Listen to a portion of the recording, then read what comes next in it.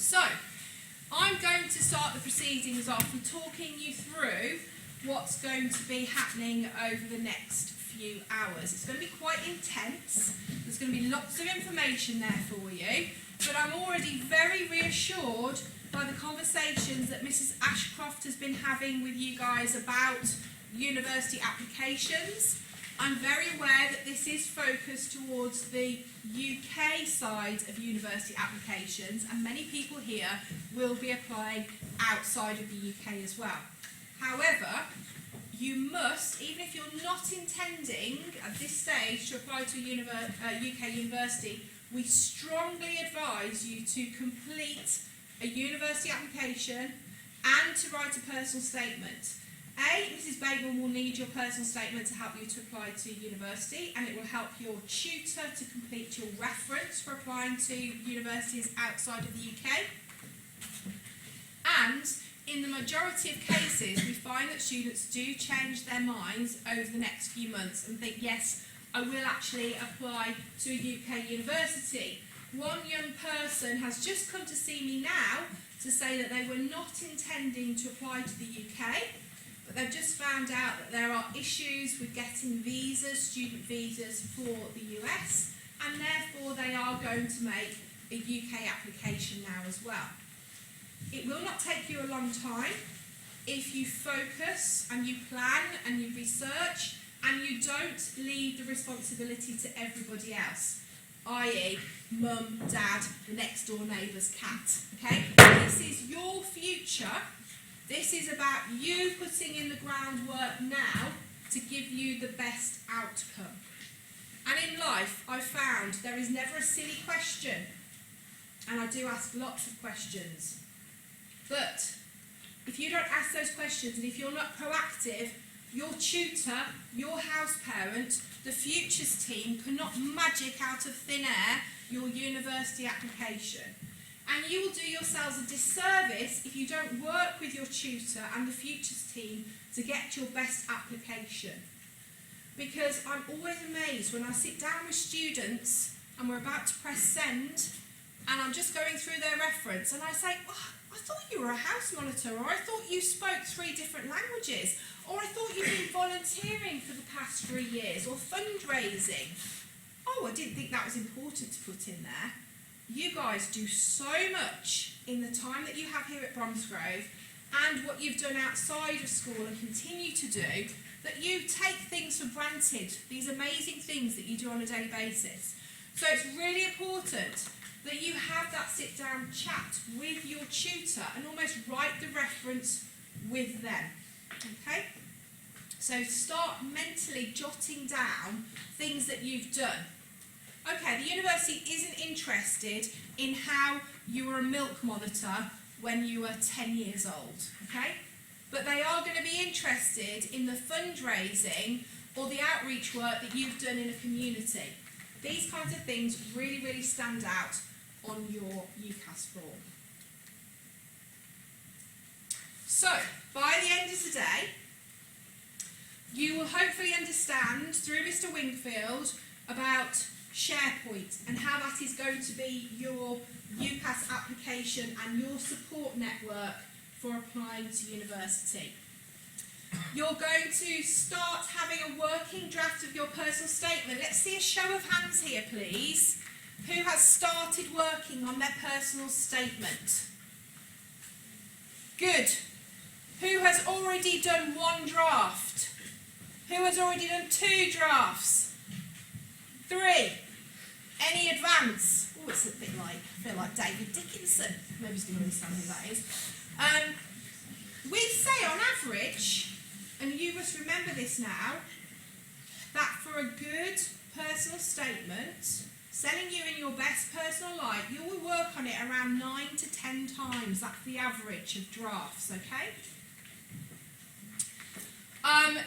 You will be logged on to UCAS Apply, and if you don't have time to do that before 5:30 today, you should definitely have done it by the time you go to bed tonight. So you'll have logged on to UCAS Hub and you'll have set up and apply. You know how this world works. It's very big brother.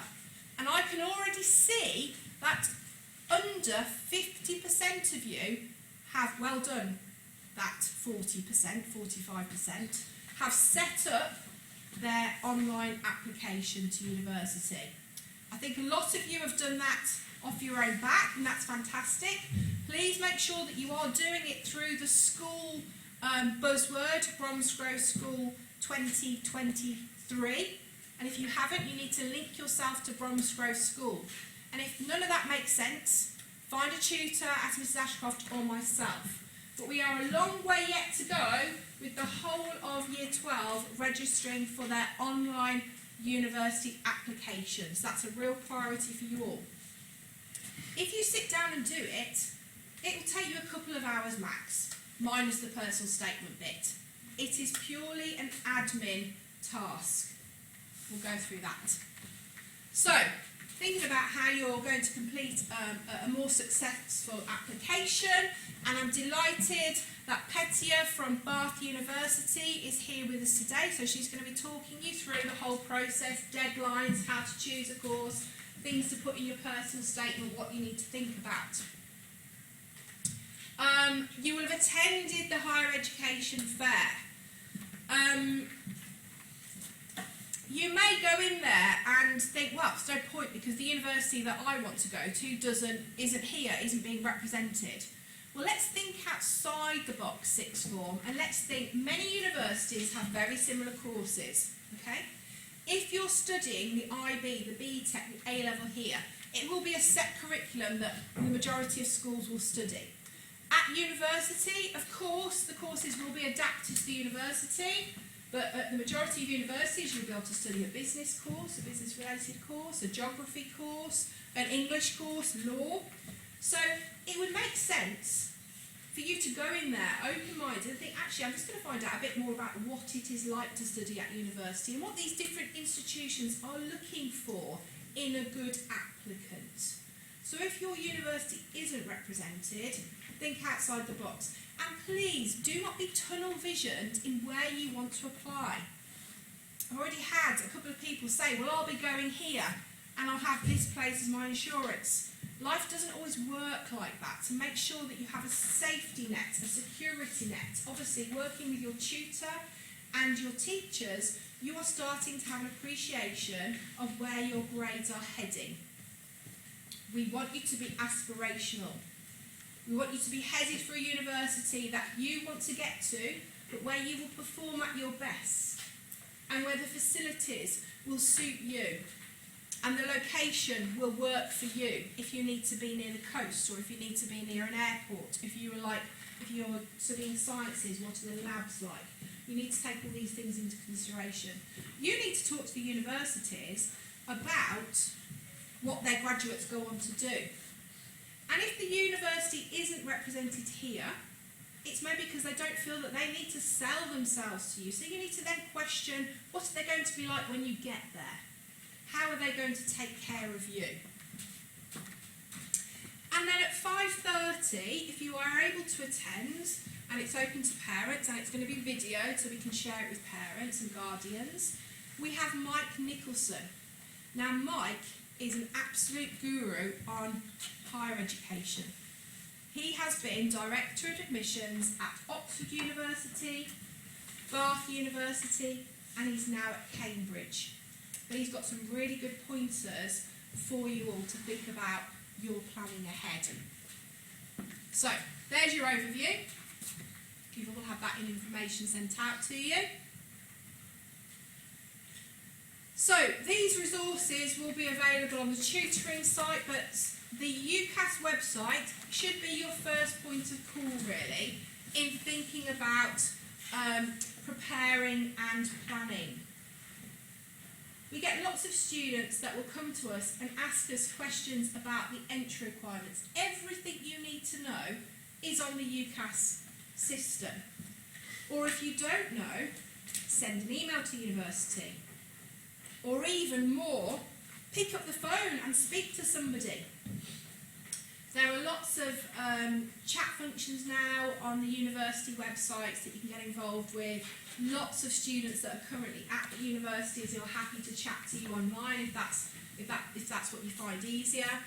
But lots of people say, well, they haven't responded to my email yet. Well, listen, cut out that middleman and get straight on the phone and call somebody up. Because more than likely you'll speak to somebody who's studying at the university or who is a graduate of the university, like Petya is a graduate of Bath University, and they will know it inside out. Even better, why not link in with an old Bromsgrovian? They won't be that old, they might be a year or two older than you, but they will have the experience of their application to university and where they're studying now. They may even share their personal statement with you, or top tips about the interview process, or where else they applied to, or where else they wish they'd have applied to.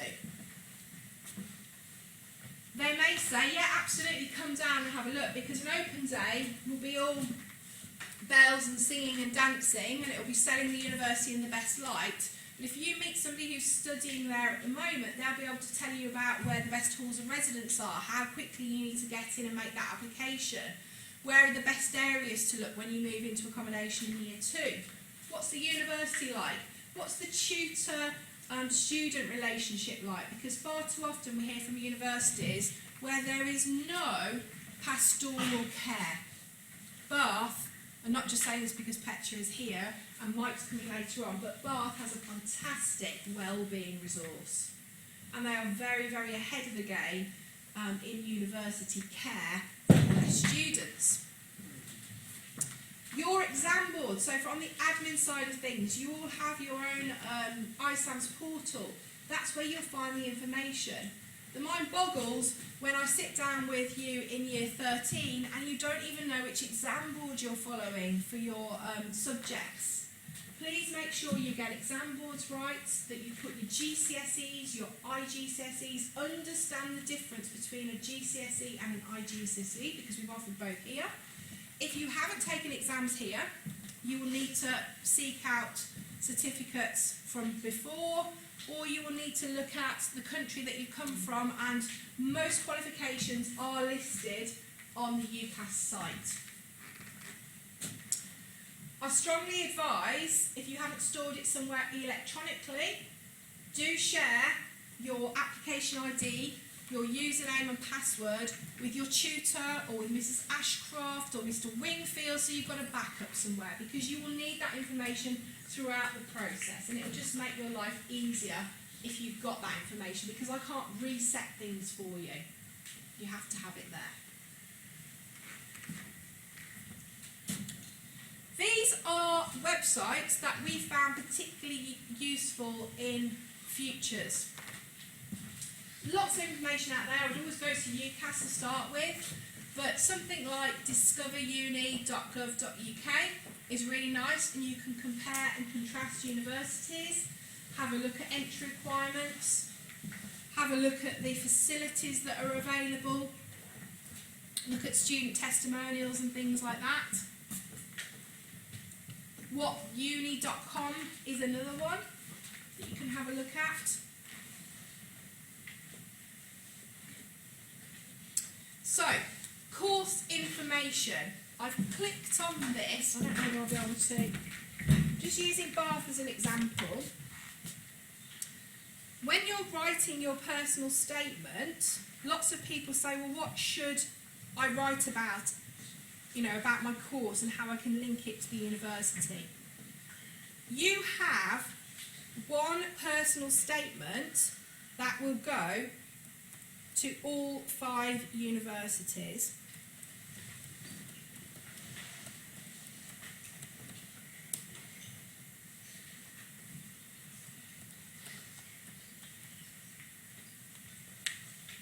And to make that easier, what I suggest you do is you make sure you're looking very carefully at the course pages. Oh, I don't think it's going to work. Is that going to work? Yeah. So, on every university website, you will have the information about the course. Here it tells you the different courses that you can study, how you will study, but you'll also pick up on what the university are looking for.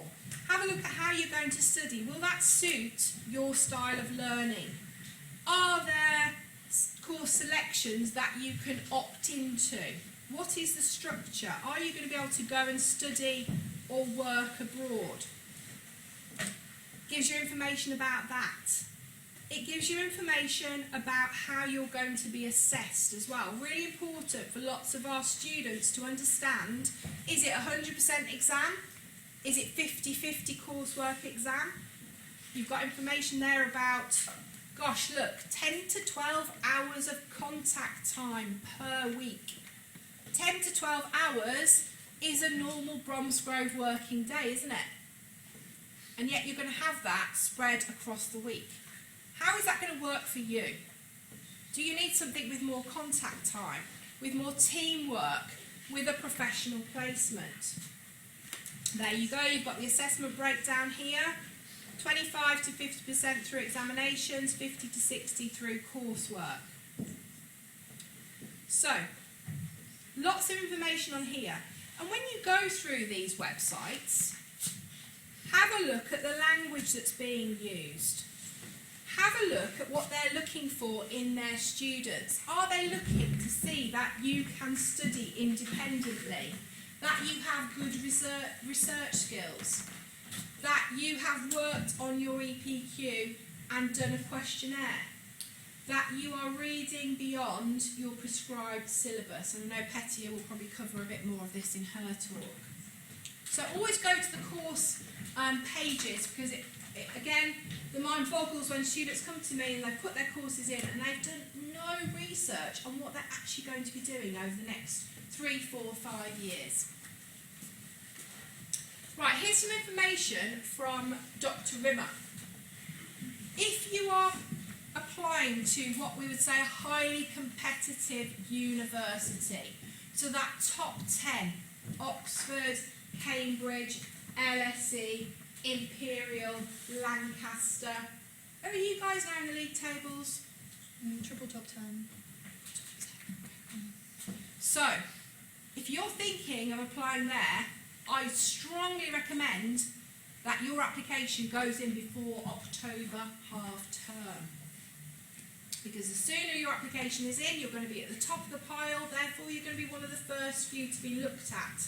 The later your application in, it'll be given the same look over by the staff, but it'll be at the bottom of the pile and you will be waiting for your offers to come in at a later point.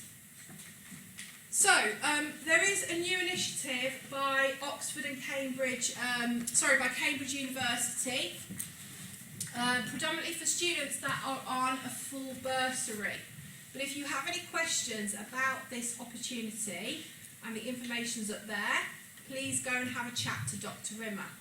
You also need to be speaking to Dr. Rimmer, if you haven't done so, about any Oxford or Cambridge applications. You should be attending extra support sessions.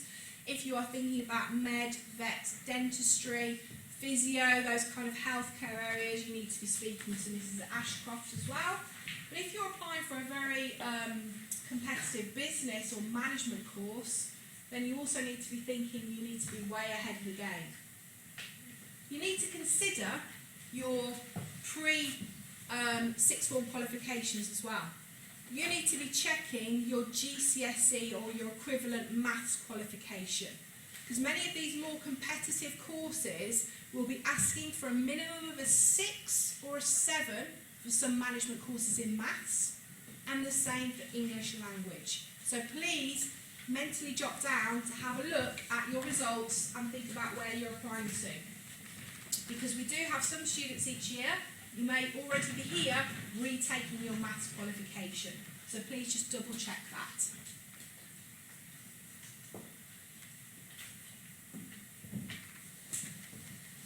So those are some more of the caveats that you could potentially look to apply for this foundation course at Cambridge.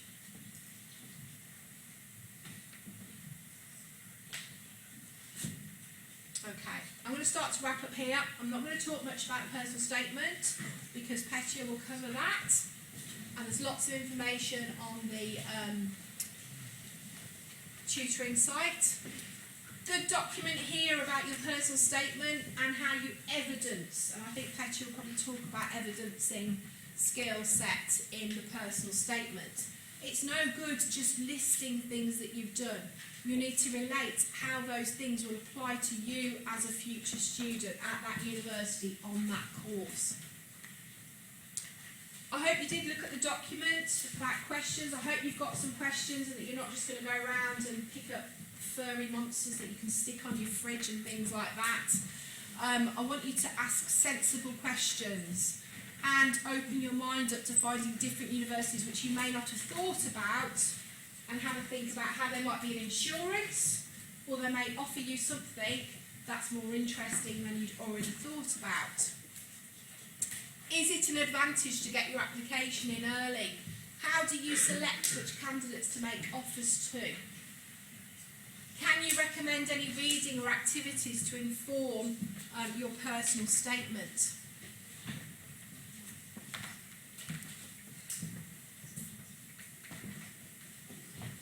We get lots of personal statements that start off in exactly the same way. If you're applying for a competitive course, and it's most likely that an undergraduate will do the first read of the personal statement, you need to grab their attention, otherwise they will just read the first sentence or two and then put it aside. You need to make it personal. Key is in personal statement. Think about your lived experience. Think about the community work that you've done, the research that you've done, the TED talk that you've looked at that Mr. Wingfield has recommended or Dr. Rimmer's recommended. Have a look on the tutoring site. There is a wealth of information there. They do not want to see that you are robots or sheep. They want to see why you're going to add value to their course and to their other students. Right, I'm going to hand over to Mr. Wingfield. Thank you.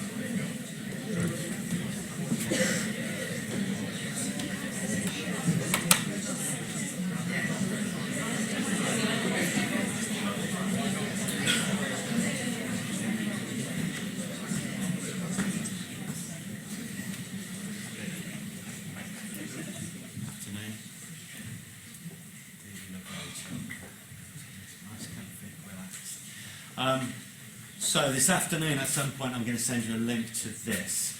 This is effectively the tutoring site but for the sixth form. So what I'm in the process of doing is I'm separating anything that is useful for the sixth form from the tutoring site, leaving the tutoring site for the juniors and focusing something specifically on you. The reason for that is that the tutoring site has just got bigger and bigger and bigger as the year has gone on, and it's harder and harder for you guys to specifically find the stuff that's relevant for you.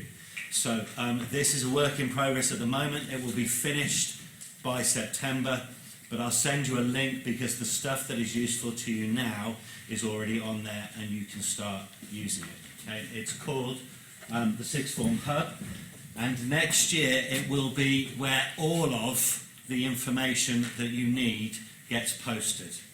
All of the notices that are important to you, all of the information, all of the opportunities will go on this. So when I send you this link, the first thing that I want you to do is to click on that star and bookmark it.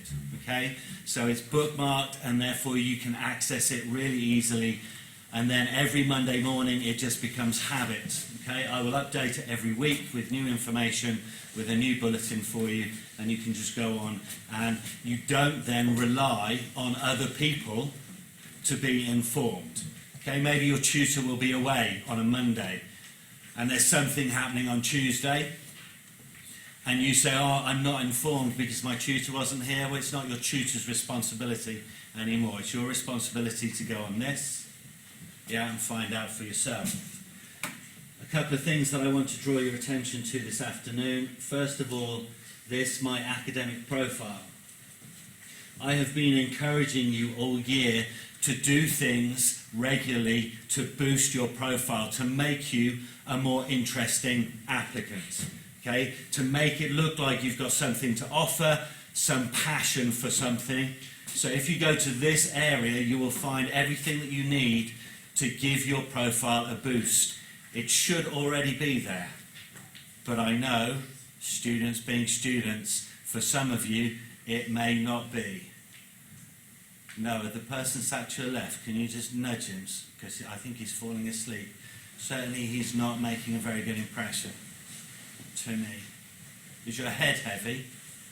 Take your hand away and hold yourself up. Thank you. Good. So, you could access a relevant MOOC, for example. You could enter an essay competition. You don't have to win it for it to go on your personal statement. You can just say that you enjoyed writing an essay on as part of a particular essay competition. Dr. Rimmer every week publishes other ideas, articles, podcasts that may be of interest that you can mention as well.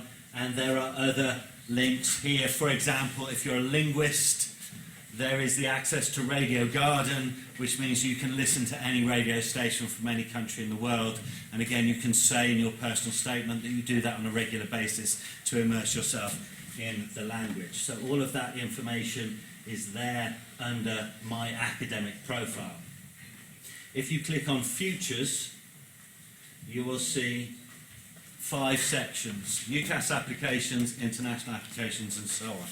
At the moment, the only information here is in UCAS applications, but if you click on this, you will find a link to UCAS Hub for you to sign up there, or to log in if you've already signed up, and various other UCAS resources, such as what course should you study, and so on. All of our guidance on personal statement writing, that's here as well. And then lots and lots of subject-specific exemplars for personal statements. Now remember, your personal statement should be your own. Okay? So no going into this and ripping off someone else's personal statement. Okay? Because there's a little thing called turn it in, and they'll be able to see that you've plagiarized somebody else's. Okay? But if you're looking for an idea of how successful personal statements have been structured, then there is a whole bank of personal statements that have been anonymized that you can access there. Good. The final thing today that I want to draw your attention to is my tutor group. Now, under my tutor group, you will see all of your houses. Let's pick one at random. Let's pick schoolhouse. And here you will see Mr. Corns's tutor group. They have an individual file. Now, your tutor and your house parent have access to this. Okay? Now, what your tutor can now do from this afternoon is they can go to your file. Let's pick one at random. Jared, we'll pick yours at random. And they can share it with you. Okay? So we'll type in Spurgeon. You won't share it with your brother. And then send it. Now that means, you're welcome, Jared. that means that Jared now has access to this file.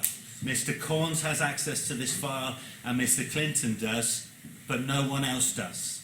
Okay? I do as well. I should mention that. But no one else does. This is where I want you to save your most current, up-to-date personal statement. Okay?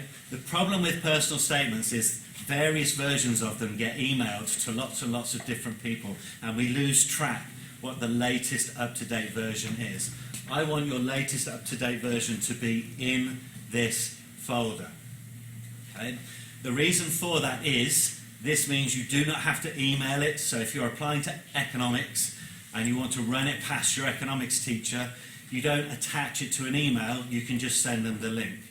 And they can put the comments on here directly. You can then act on them, and that is now your latest up-to-date version. You can then send the link to, I don't know, Mrs. Ashcroft, for example, and she can have a look at it too. Okay? But that's where I want the most up-to-date versions of your personal statements. And yes, it's so I can dip in every now and then and make sure that you're all up to speed and writing decent personal statements. Also, from September in here, this is where I want your reflections and your academic profiles. Because again, if I'm talking to you after grades, or you're coming to see me to say, oh, I've only been predicted a C, can I have a B?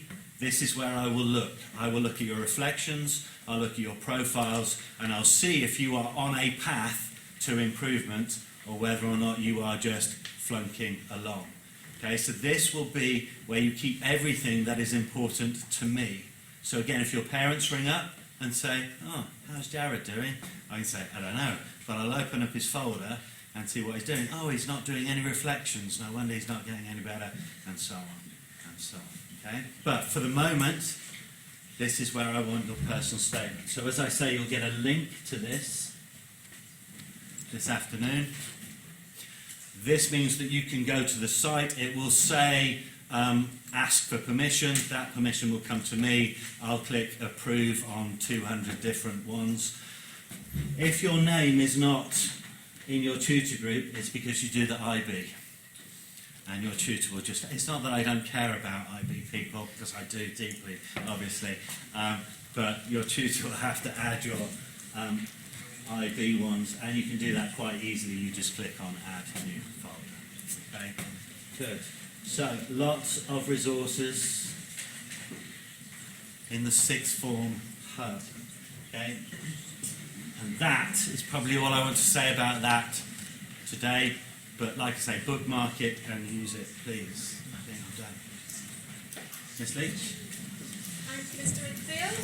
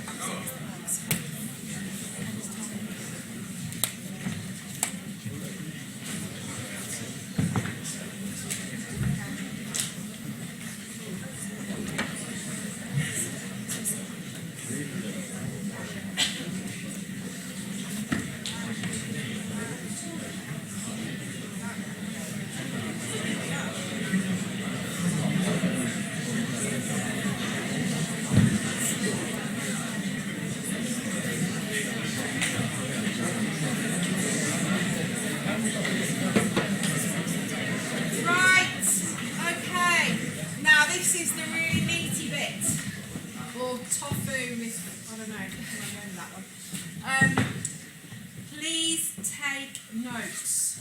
I know that Petty will share this with us. I'm sure you will. Yeah? But you need to think about how it works for you. Okay? This is a golden opportunity that we have from a university which is very highly rated by employers, a very competitive university that is on lots of our students' wish lists. So listen and do whatever you need to do. Thank you, Petty. Thanks very much, Miss Leach. Okay, thanks everybody so much for sitting so patiently and for joining.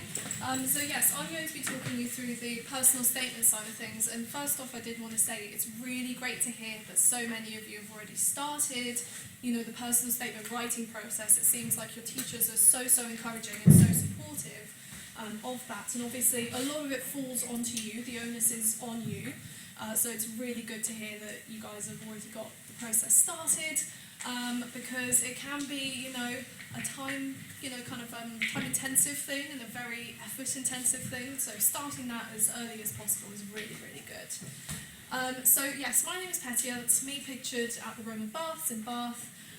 So another spa town. And yes, so I went to the University of Bath and I studied sociology, and I graduated about 2 years ago. I'm due to actually finally have my ceremony next month, so everyone will be excited for me. And yeah, so since then I've been working in student recruitment. So it sounds like a very salesy job, but really my job is mostly in supporting you in making the best application you possibly can. And so whether it's personal statements, whether it's gaining experience, whether it's having to think about, is university right for me, is uni in the UK right for me, all those sorts of things, making sure your student finance is in check as well. So everything revolving around university I can support you with, or if not, I can point you to the right kind of people to talk to, or the right places to go to. So yes, that's essentially my job. Of course, I promote Bath a fair bit as well, but mostly I am in the support sort of area. So yeah, we're going to talk a lot about personal statements, and I'm going to give you a lot of information today. But actually, I find that, you've been sitting here for a little bit. I thought we'd all start by standing up, but as quietly as possible, please. Sometimes this makes people start talking. Thank you very much. Okay. Thanks, everybody. Thank you. Can I have your attention again? Lovely. Okay. So this is just a bit of a thought, kind of word association game. Very short, and I will be asking you to participate a little bit in this presentation today because I find it works best when everyone takes part. So I'd actually like you to think of one word and keep it in your head, please. Don't say it out loud. When I say the word university, what does that make you think of? And think of one word. And now I'm going to go to the list I got off the internet, and we're going to see if I say the word that you are thinking, you have to sit down, okay? And we'll see who's left. So if you're brave enough to tell me at the end, okay? Keep it to yourself. If you're brave enough to tell me at the end, stay stood up and we'll see, okay? Academia, academic, accommodation, admission, business school, campus, chancellor, no one yet, right? College, collegiate, community, essay, degree, faculty, fresher, undergraduate, graduate, halls of residence. Thank you. We'll keep quiet. Thanks very much, guys. Higher education, honour. Okay, we're still going. I'm still only on H. Thanks, everybody. Thank you very much.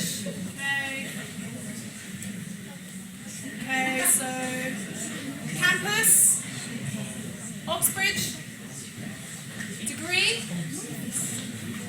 polytechnic, a bit strange, semesters, student, student union, term, UCAS, and I've also had exams and stress come up in the past as well. Okay, so, yes, nightlife. Sorry? Nightlife. Nightlife, yeah, okay, wonderful. So there is a bit of nightlife and some people's student experience, they want to experience the nightlife, so that's fair enough. Anybody else care to share? Research, yes. Research is a massive part of university, and of course, you are made to be an independent learner more than you've ever been in your life before. So yes, it will be that independent element of research. And of course, if you want to, in some universities, in some cases, you can take part in academic level research, published level research as well.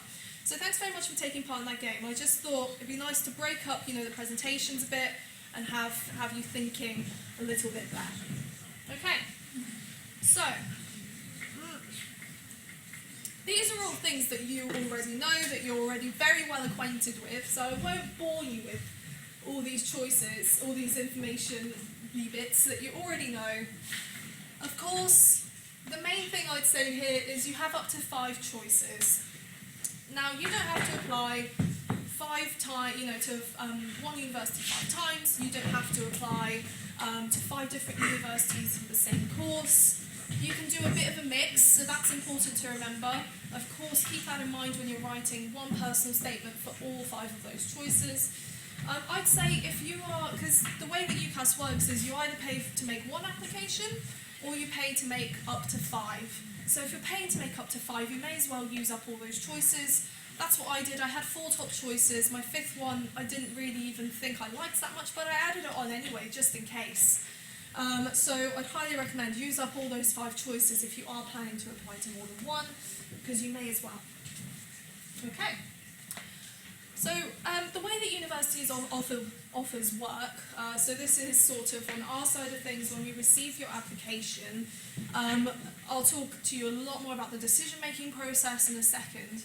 Once we've made our decision, we will get back to you and we will say either you have a conditional offer, and now a conditional offer is saying, yes, we'd love for you to come study here, provided you meet these grades, provided you do this.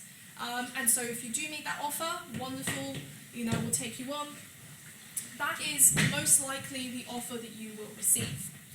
Unconditional offers are becoming a lot more rare, especially as competition has increased a little bit more in the last couple of years. We will see unconditional offers. I anticipate seeing them a lot less. Some universities may be giving them out a bit more than others.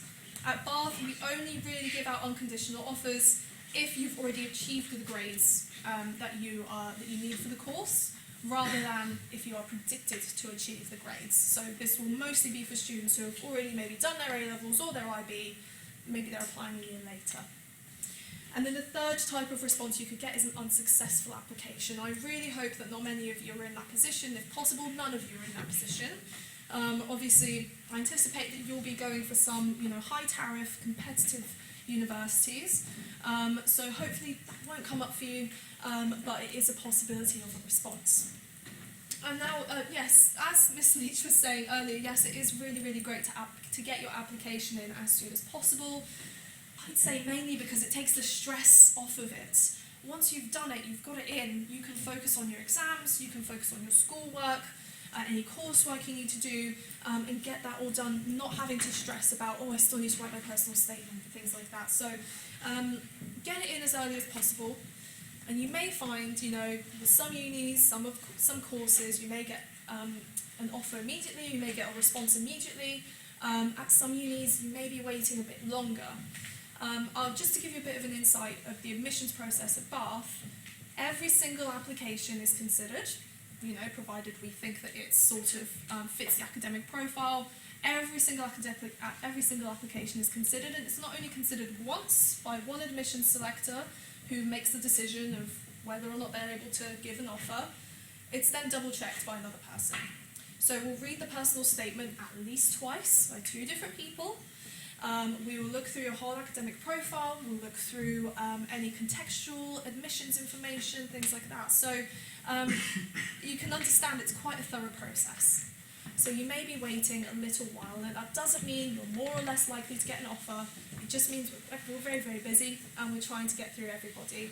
And especially close to the decision deadline as well, close to the application deadline in January, we'll be, heaving with applications. So don't stress too much about that side of things. And then, of course, once you have all 5 of your decisions, or up to 5 decisions, you then need to pick your first or firm and your insurance or second choice. And so, yes, provided you meet the conditions of your firm offer, your first choice, you will go to them.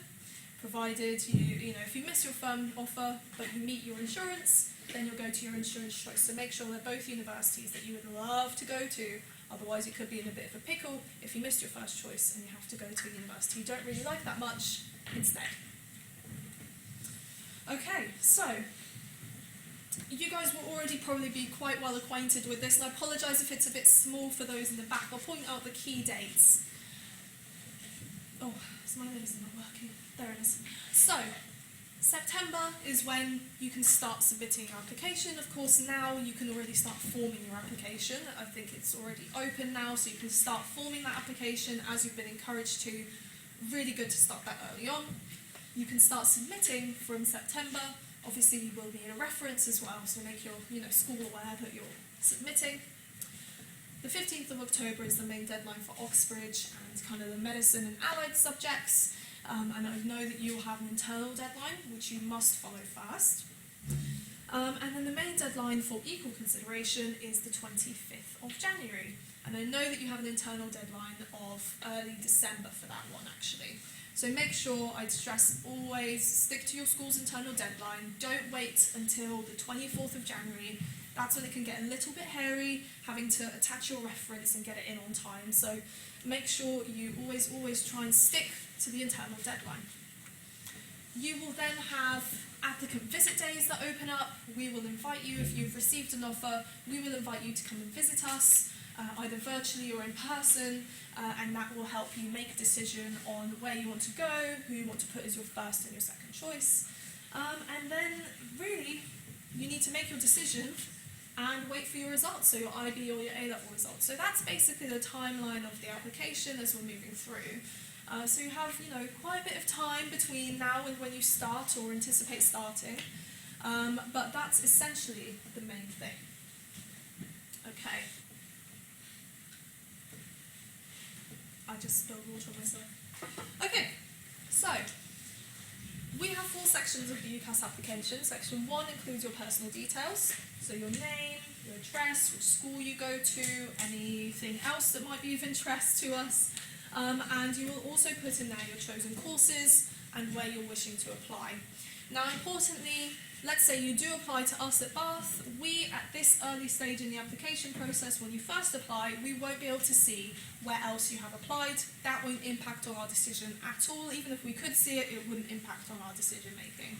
But we won't be able to see that you've applied to us and XYZ University as well. Secondly, we've got your grades. The ones that you've achieved so far, GCSEs, etc., and your predicted grades as well, so in your A-levels and IB, how many points you're expecting, what letter grades you're expecting as well, and of course these will be supplied very kindly by your teachers, and of course make sure have a chat with teachers if you think that, you do think you can improve, things like that. If you think there needs to be a conversation around your predicted grades, take that up with them. We then have your personal statement, and we'll zoom in on that in a sec, and then finally your reference. Now, as to these questions, we use every single section to make a decision. As I said at Bath, we're extremely thorough in our process, so we will always look at every single section.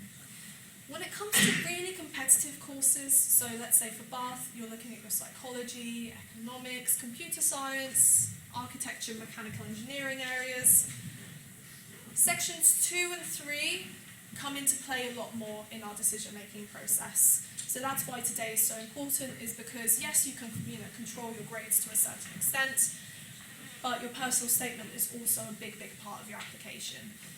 So that's when, in a really competitive case, we'd be focusing in on zeroing in on your academic profile and your personal statement. Okay, so I've got another activity here, and I'm going to ask you to just take 30 seconds with the person or people next to you, have a think, are these statements true or false, and we'll feed back in a second.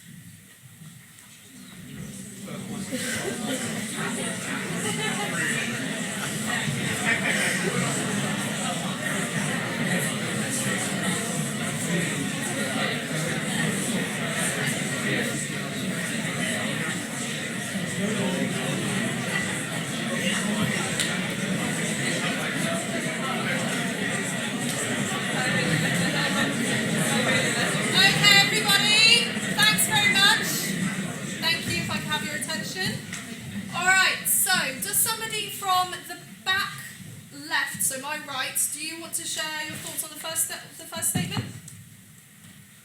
True or false? Shout it out. Yes. False, yes. One personal statement, so don't go saying, dear X university, I love your course, I'd love to attend your university, because the other universities will be reading that same personal statement. That could get a bit awkward. How about sort of the middle section? Anyone want to shout out for the second statement? False, yes, of course, and obviously you just had a bit of a warning earlier about plagiarism. it isn't something to necessarily worry about in terms of, oh, if I use the word the and, am I going to get brought up for plagiarism? It's more about ripping whole sections of somebody else's personal statement. Don't go doing that. Don't be tempted to do it. As you have been told, it is a personal statement. It should be unique to you. So, of course, don't go being tempted to copy. How about from kind of more so not this row, the front bit there? Anyone think for the third statement? True. Yes, and of course we encourage it. Read it out to other people, let other people read it. Sometimes you can get so close to a piece of writing, and especially one of this length, that you can get really, really into it and not notice that there are grammatical errors, that it doesn't flow quite right. Maybe you've taken a sentence out and therefore the next sentence doesn't make sense anymore, or a clause doesn't make sense. So, yeah, definitely. And then finally, anyone in this front bit for the last statement? False, yes, of course, yes. Especially at Bath, I'd say we are very thorough. At least one of your choices will look at your personal statement, I promise you, very, very thoroughly. Okay, right, so we've gotten through that. You guys are already very well acquainted with the process, so I won't do that anymore. So your personal statement is, of course, a place where you can evidence your work experience, your skills, anything you've done outside of university, your achievements. So it's the only free-form piece of text in your application where you are in charge and you can write it. So it's a very key part of your application. It's 4,000 characters, or 47 lines in length.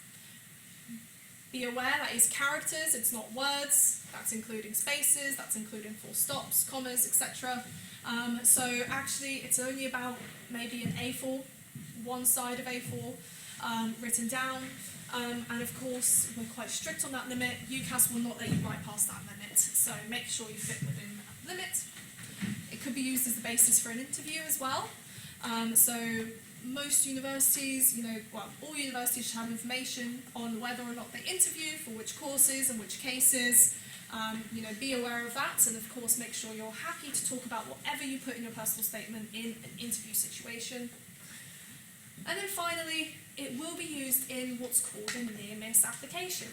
So a near-miss application is, let's say you are given an offer of AAB. Come results day, you've missed it, you've gone for ABB or BBB. We will take another look at your application because, spoilers, we get your results about a week before you do. So that means we have time to look at all the people who have closely, kind of narrowly missed their offer, and we can have another look and see if we still want to accept you even though you've missed your offer. And so that's what a near-miss application is. We'll look at your personal statement again and we'll consider you again. Okay. Now, the best thing that we tell you to kind of think about is to imagine actually that you're being interviewed. And the question that, let's say I'm the interviewer, I'm asking, why do you want to study this subject? And what makes you the right person for this course? What can you bring to the course? What sort of interests, enthusiasm, passions, although obviously the word passion is very overused in this context, do you have? And so that is kind of the best thing to keep at the top of your mind, so that as you're writing, you're reflecting, you're thinking, does this sentence help answer this question? Does it lead me to helping to answer this question? So that's really the main thing to consider. Okay, so we're going to go through the structure, and again we're going to have a bit of interaction, but first off I'm going to tell you what to include in each section. The first section is, of course, why do you want to study this course? So have a think, why do you want to study this subject, not any other subject? Why do you want to commit 3, 4 years of your life, possibly 5 if you're doing an undergraduate master's with a placement? It could be up to 5 years that you're studying. Why do you want to commit so many years of your life to this? Why is it so interesting to you? Why do you want to specialise further, spend hours in the library, in the lab, whatever? Is there any specific element to this course that you're finding interesting? So, maybe you love history, maybe specifically medieval or maybe early modern. Is there any particular part of computer science, perhaps artificial intelligence, that really pulls you? That sort of thing. And if you wanted to go into the skills that you possess, you could put that in this section, but it could also go in the later sections as well. So this is really more of an introduction. So we're thinking about, okay, what first got you interested? Some people will say from a young age. Try and think a bit deeper than that. Try and think, what is it specifically that interests you? Not just saying, I've always had this. Why? Okay, now the second section is your academic interests. And of course, if what you're studying at A-level or IB is relevant to what you want to study at university, let's take the economics example. I would love to study economics at university. I've studied it at A-level. I really like this. Definitely pop that in your personal statement if you'd like to. You know, it's relevant academically, sure, put it in. However, as top universities, we are looking for what else you have done outside of your studies the most. So we're looking at, are you keeping up with current affairs? Have you been doing your super curriculars? Building up your academic profile, which was already shown to you. You guys have an amazing set of resources at your disposal, which is really, really great. So, looking to explore beyond your curriculum, essay competitions, etc. And the academic interest should take up so your personal statement should be 80% academic. So your introduction and your academic section should take up the vast majority of your personal statement. So make sure to keep that in mind as well. So how can I strengthen it? How can I go beyond my curriculum? You've already had so many examples, but what we as universities value is just about anything and everything. The point is that it's personal to you. The key thing to mention here is, of course, quality over quantity is always, always true. You need to not just list, I've taken part in this competition, I have read this, I've listened to that, and I've done a project, and then I've done this and that. I'd much rather, let's say if I was personal statements, if I was an admission selector, and I have heard this from admission selectors, they would much rather sit down and read a personal statement where in the academic section you link together 2 or 3 pieces. And you don't need to list, loads and loads. You just need to go into detail, ample enough detail to show, why did this interest me? Did this make me, was I critical of the source? Did I find that it was a really useful resource? Did it make me, go on to read something else or research something else from there? So we're looking for, really, what you got out of these experiences, rather than just saying I did them. Because anyone could say they read this, anyone can say they did that course.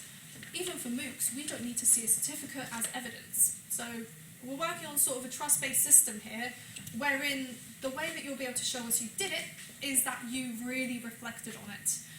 And so that's what we're looking for in this section.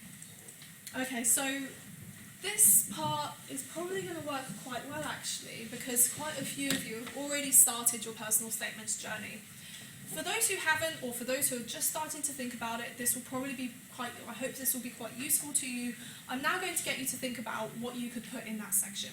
So I'm going to give you 5-ish minutes, talk with the people around you and consider, what have I done or what could I be doing to put in that section, that academic section of my personal statement, and then we'll feed back. Okay? Alright everyone, thank you very much. Can I have your attention back in the front, please? Sorry to interrupt any conversations, if they were indeed relating to the content. I've had some really interesting conversations going around. It seems some of you really know what you want to do. You've gone and done, the courses, the readings, the things like that.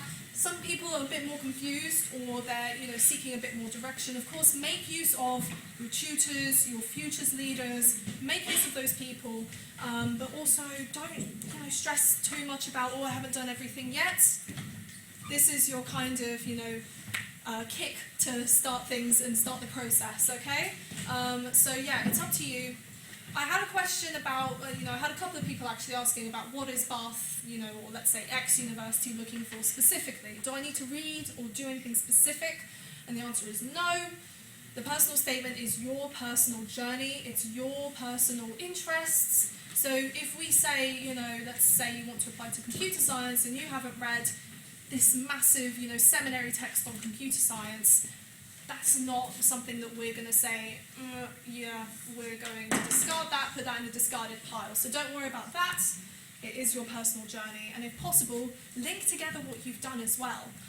If that means you have to be critical of what you've read, if you find something you think, actually, no, I gained a valuable experience of being able to say that's actually not something I agree with and I want to go into that further. Okay. Yes, your EPQ counts. Yes, your IB extended essay counts if it relates to your subject of choice. So discuss that as well if you want to. Discuss your findings, your research, and what you gained as well. Any skills that also kind of came out of that experience. Okay, so I'm just going to check the time quickly. Alright, I'm going to have you guys read through what's on the board, and we're going to rate it out of 5, so have a think. After you've read it, what would I give this out of 5, 5 being the best?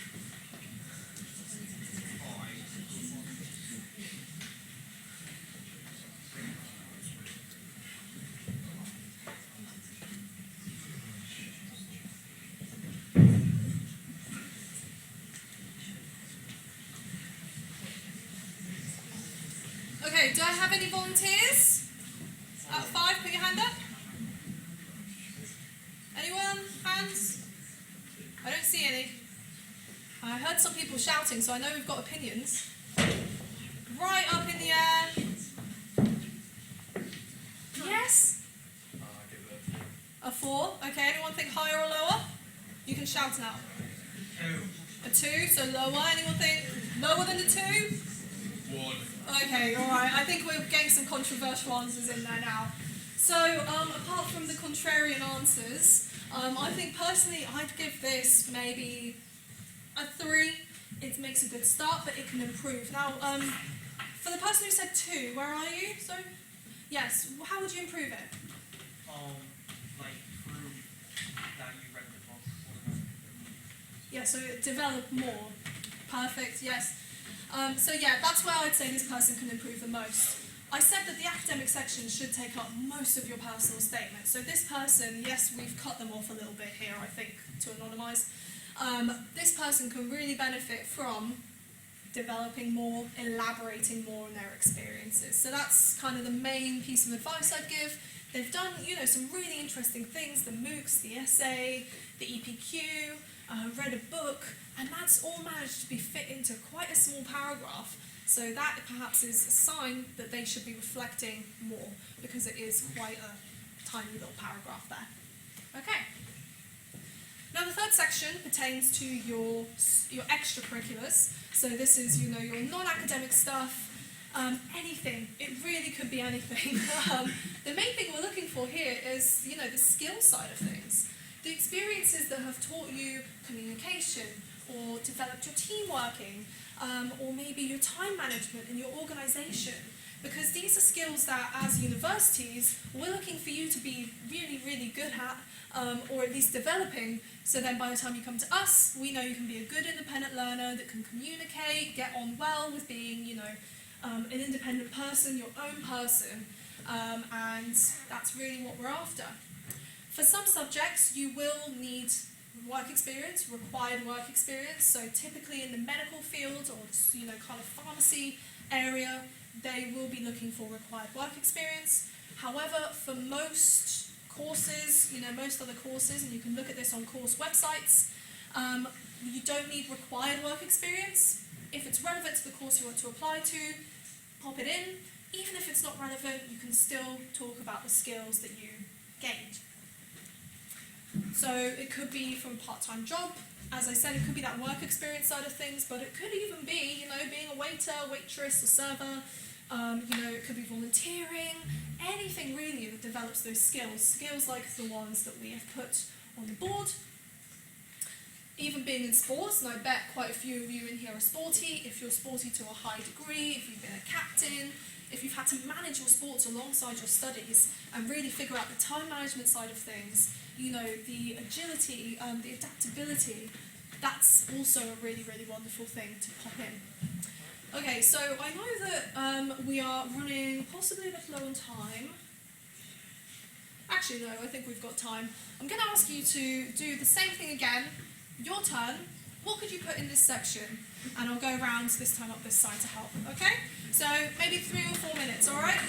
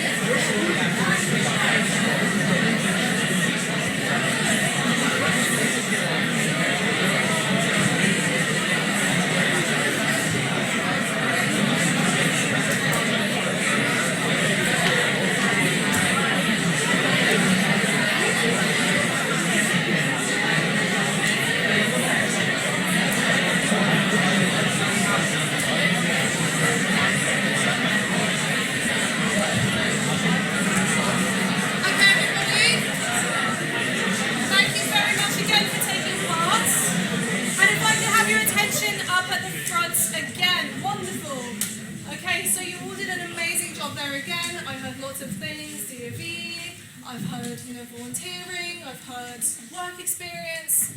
It's all really, really good stuff. Again, with this sort of thing, we are looking, sorry, I'll flick back. With this sort of thing, we are looking for you to reflect rather than just list. So pick out 2, 3 main experiences that really taught you something, really developed you, and go from there. So we'll just very quickly read through this and then we'll feed back again. Again, try and think of a rating out of 5.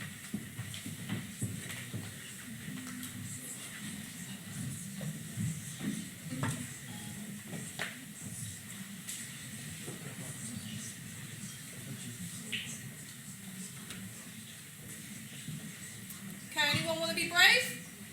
Shout it out. 4. Anyone think lower? I heard some 3, 3.5. Okay, it seems you guys, thanks very much. It seems you guys are rating this quite highly. Can I ask why? Anyone who gave a 4 care to share? Yes? Because the student talks about his or her experience and also explain what skills he or she gained by that experience. Okay. Not just listening, you must reflect Yeah. what she did. Alright, I take that point. I think, this student has gotten off to a very good start. I'm not showing you perfect examples here on purpose, so that we're able to actually go deep into it. Yes, this person has done some really good things, they've said what they've learned. However, where it falls flat is this middle bit. They just start listing qualities and not evidencing those qualities. And so as a university, we're looking and saying, well, anybody could say that. Anybody could say that they're hardworking, anyone could say that they're a really excellent communicator, etc., etc., etc. I would take out that whole sentence and really get them to actually think about where have I gotten these skills from, what are the experiences that have taught me the most, and develop on those. Wonderful start, but that middle section does quite let it down, and it's what we would look at and think, okay, where's the evidence? Okay. Alright, so now we've done, the vast majority of the personal statement. Well done, we've gotten to this point, and we're thinking about wrapping up. And quite often, actually, a conclusion can be a tricky thing to write. It only needs to be a couple of sentences, but, you've written all of these things, and you're thinking, how do I possibly wrap this up and bring it to a coherent end? So in a conclusion, if you think about kind of your personal statement starting with your introduction, why you want to study, moving around your academics, your extracurriculars, and now you're concluding, you should be reaching that kind of point again and reflecting to why you want to study the course. So, I think that I'd be a great fit for this course because X, Y, Z. I have future plans and, I'm really interested in studying this course. It will help me in my future to do this career. Even if you don't have career plans, don't worry about it. You don't have to mention them. I didn't, fine. But if you do have them, pop them in there. If you want to be really, really bold, what can you offer the universities? That's if you want to be really confident and end on a really confident note. Now, as I said, this only needs to be 2, maximum 3 sentences long, so don't stress too much on this part, okay? Okay, and now we've gone all the way through, so I'm just going to finish up with a couple of top tips. I'd say no one has ever not gotten an offer because they have, a really immature email address. I'd hazard a guess to say, but it helps put the best first impression, your best foot forward. Similarly, if you miss a comma or a full stop, again, it's just about making that best first impression. So think carefully. Does it flow well? Does it make sense to anyone who could read it? And go from there. And then try not to begin every single sentence with I. So one of my colleagues in the team, she used to work in admissions and she's just moved to student recruitment. And she said that was actually one of her biggest pet peeves is, I did this, I learned that, blah, blah, blah, and it just goes, I. So try and vary the sentence structures to try and make it flow better. Okay, alright, so I think I finished up possibly a bit early there actually.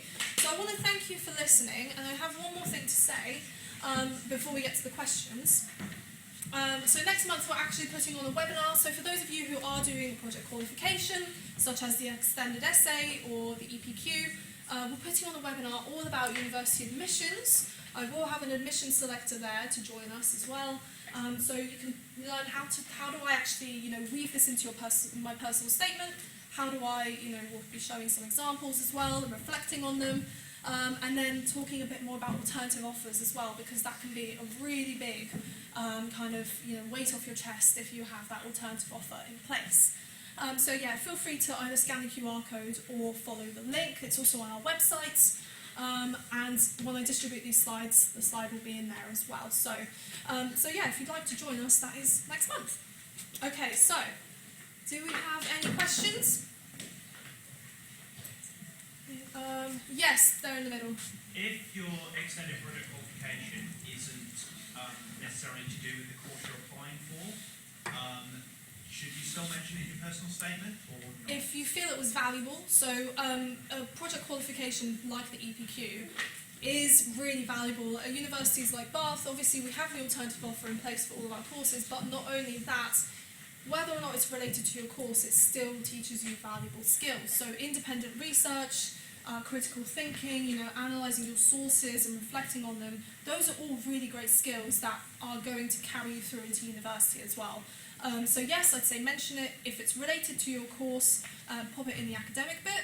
If it's maybe not so related, so like in the example that we saw, where this person had said that they developed their numeracy skills, not necessarily related to their course, but still a very good skill, then yeah, pop it in there.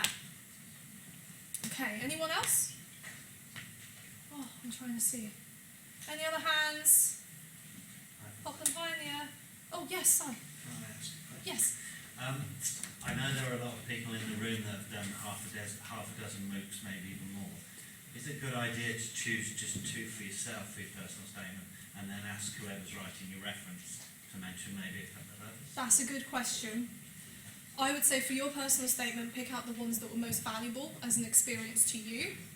And then if you wanted to have a chat with whoever's writing your reference and say, look, I've done loads and loads of things, but I couldn't quite fit them all in, then maybe the person writing a reference could refer to that and say they've done lots of research and things like that. But yes, in the personal statement, it would be thinking about 2, 3 experiences, things that you've read, done, courses that were most valuable to you. Does that help answer? Yeah. Okay, lovely. All right, does anyone else have a question before we finish? Going once, going twice, and gone. Okay, all right, thanks very much, everyone.